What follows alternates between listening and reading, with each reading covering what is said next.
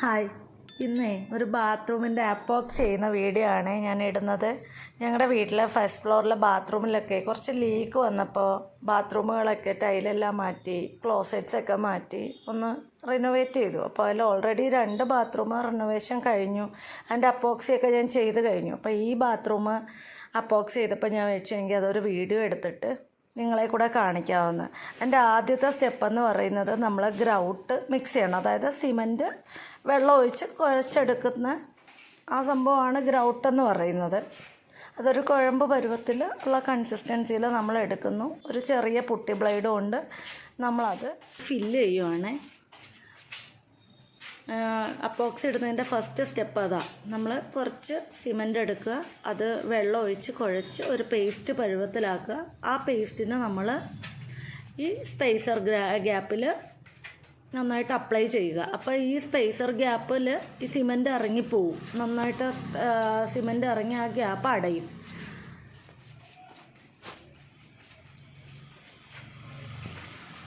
അത് എന്നിട്ട് നമ്മൾ സിമൻറ്റ് ഇട്ട് കഴിഞ്ഞിട്ട് അവിടെ ഒന്ന് ആ സിമൻറ്റ് ഇട്ടതിന് ശേഷം സ്പേസർ വെച്ചിട്ട് ചെറുതായിട്ട് സ്പേസറിൻ്റെ കുറച്ചൊരു ഏരിയ ഈ ഗ്യാപ്പിനകത്തോട്ട് കയറിയിട്ട് ഒന്നിങ്ങനെ വലിച്ചു കൊടുക്കണം. അപ്പോൾ നമ്മളിട്ട സിമൻറ്റിൽ കുറച്ച് അതിനകത്തോട്ട് കയറിപ്പോകും. എന്നിട്ട് ഈ ഗ്യാപ്പിൻ്റെ ഇതിൽ നമുക്ക് വീണ്ടും അപ്പോക്സിയുടെ പൗഡർ ഫില്ല് ചെയ്യാനുള്ളതാണ്.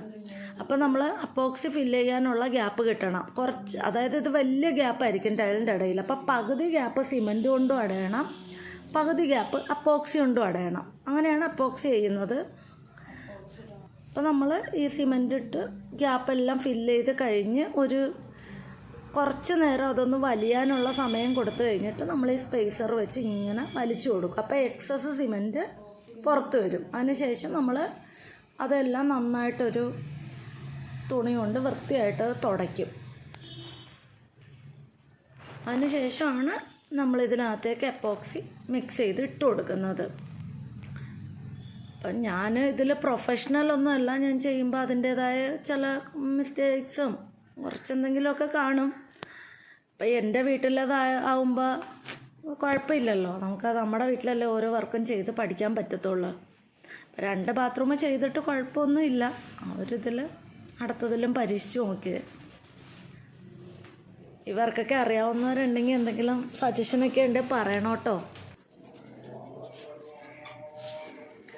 നമ്മളെ ഭിത്തിയിൽ ചെയ്ത അതേ പ്രോസസ്സ് നമ്മളെ ഫ്ലോറിലും ചെയ്യുക. ഫ്ലോറിലാകെ 4 ടൈലേ ഉള്ളൂ.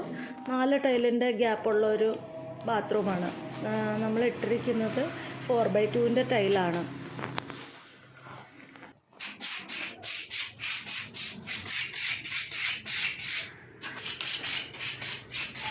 ഇപ്പോൾ താഴെയുള്ള ടൈലിൽ നമ്മളിതുപോലെ ഈ ഗ്രൗട്ട് ഫില്ല് ചെയ്ത് കൊടുക്കുകയാണ്.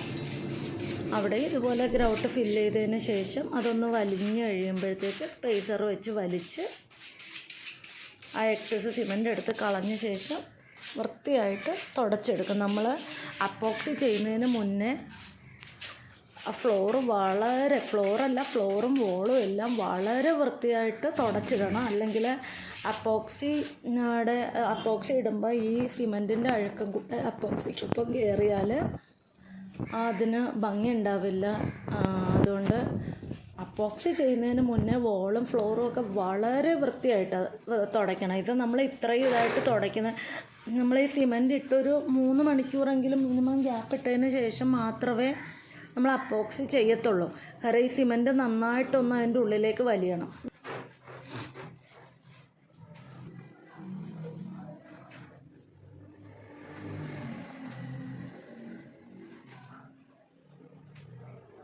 അപ്പം ഞാൻ ബാത്റൂമിൻ്റെ ഫ്ലോറും വോളും ഒക്കെ നല്ല വൃത്തിയായിട്ട് തുടച്ചിട്ടുണ്ട്. ഇനിയെല്ലാം കഴിഞ്ഞു. ഇനി നമുക്ക് അപ്പോക്സി ഇടുന്ന പ്രോസസ്സാണ്. ഇതാണ് റെസിൻ. ഈ അപ്പോക്സിയിൽ 2 ലിക്വിഡായിട്ടാണ് വരുന്നത്. അപ്പോക്സിയുടെ ഒരു ബക്കറ്റാണ്. ആ ബക്കറ്റ് ഓപ്പൺ ചെയ്യുമ്പോൾ 2 ലിക്വിഡ് ഉണ്ടാവും. ആ ലിക്വിഡിൽ ഫസ്റ്റ് ഒരു വലിയ ഡബ്ബയും ഒരു ചെറിയ ഡബ്ബയാണ് ഉള്ളത്. ഈ ഫസ്റ്റ് വലിയ ഡബ്ബീനെ നമ്മൾ റെസിൻ എന്നാണ് പറയുന്നത്. ഇത് 2ാമത്തെ ഡബ്ബ. ഇതിന് നമ്മൾ ഹാർഡനർ എന്ന് പറയും. റെസിൻ എന്തോരം എടുക്കുന്നോ അതിൻ്റെ 1/3 ആണ് നമ്മൾ ഹാർഡനർ എടുക്കേണ്ടത്.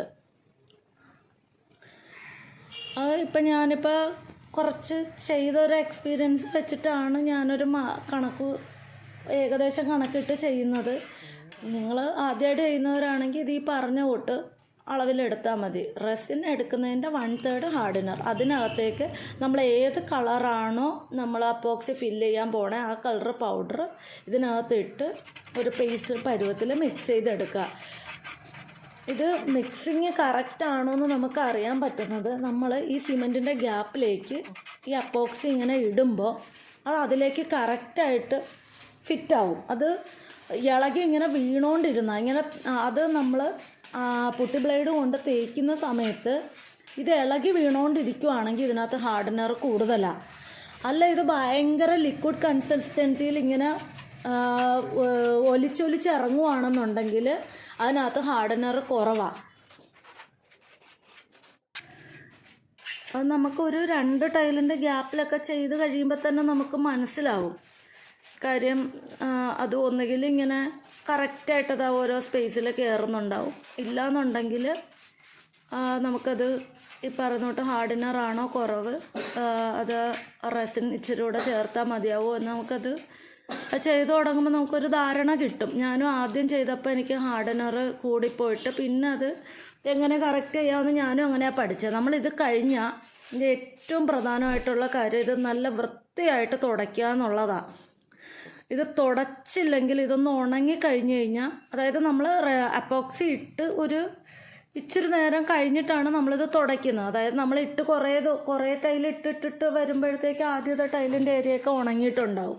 അപ്പോൾ നമ്മൾ ആദ്യം ഇട്ട ഏരിയയിൽ നിന്ന് തുടച്ച് വരിക. തുടയ്ക്കുന്നത് എങ്ങനെയാണെന്ന് വെച്ചാൽ ഇവരിതിൻ്റെ ഒപ്പം ഒരു സ്ക്രബ്ബറൊക്കെ തരും. ഞങ്ങളത് യൂസ് ചെയ്യാറില്ല. ഒരു തോർത്താണ് നമ്മൾ എടുക്കുന്നത്. തോർത്താകുമ്പോഴത്തേക്ക് കുറച്ചുകൂടെ ഒരു തുടയ്ക്കുമ്പോൾ ഒരു പിടുത്തം ഉണ്ടാവും. ഒരു പ്ലെയിൻ കോട്ടൺ തുണിയേക്കാളും തോർത്താണ് കുറച്ചുകൂടെ ബെസ്റ്റ്. അത് നമ്മൾ ഷാംപൂ വെള്ളത്തിൽ നന്നായിട്ട് മുക്കി പിഴിഞ്ഞെടുത്തിട്ടാണ് അപ്പോക്സി തുടയ്ക്കുന്നത്. ആദ്യം ഒരു സ്റ്റെപ്പ് നമ്മൾ ഫുള്ള് തുടച്ചെടുക്കും. അത് ഇടയ്ക്കിടയ്ക്ക് ഇത് ഷാംപൂ വെള്ളത്തിൽ മുക്കി പിഴിഞ്ഞുകൊണ്ടിരിക്കണം. കാര്യം ഇതൊരു ഭയങ്കര ഓയിലി ആയിട്ട് ഒട്ടി വരുന്നൊരു സാധനമാണ്. അപ്പോൾ ഇതിന് ഓയിലും ഉണ്ടാവും, ഇതിനകത്ത് ഈ പൊടിയുടെ ഭാഗവും ഉണ്ടാവും നമ്മൾ തുടയ്ക്കുമ്പോൾ. അപ്പോൾ ഈ തോർത്ത് പെട്ടെന്ന് ഇങ്ങനെ കയ്യിൽ മണ്ണാവുന്ന കണക്ക് നമുക്ക് ഫീൽ ചെയ്ത് തുടങ്ങും. അപ്പോൾ ഇടയ്ക്കിടയ്ക്ക് ഇത് ഷാംപൂ വെള്ളത്തിൽ നന്നായിട്ട് കഴുകി പിഴിഞ്ഞെടുക്കുക. അങ്ങനെ 2 ട്രിപ്പ് ഇത് തുടച്ച് അന്ന് ഞങ്ങളുടെ ഫിറ്റിങ്സൊക്കെ ചെയ്യുന്ന പുള്ളി വന്ന് ഞങ്ങളുടെ ബാത്റൂം ഫിറ്റിങ്സൊക്കെ ചെയ്ത് തന്നു. ഇപ്പോൾ ഞങ്ങളുടെ ബാത്റൂം യൂസ് ചെയ്ത് തുടങ്ങി. അപ്പോൾ എൻ്റെ വീഡിയോ ഇഷ്ടപ്പെടുവാണെങ്കിൽ ലൈക്ക് ചെയ്യുകയും ഷെയർ ചെയ്യുകയും സബ്സ്ക്രൈബ് ചെയ്യുകയൊക്കെ ചെയ്യണം. നിങ്ങളെ സപ്പോർട്ട് ഉണ്ടെങ്കിൽ മാത്രമേ എനിക്ക് മുന്നോട്ട് നന്നായിട്ട് പോകാൻ പറ്റത്തുള്ളൂ കേട്ടോ. അപ്പോൾ അടുത്ത വീഡിയോയിൽ കാണാം. Thank you everyone.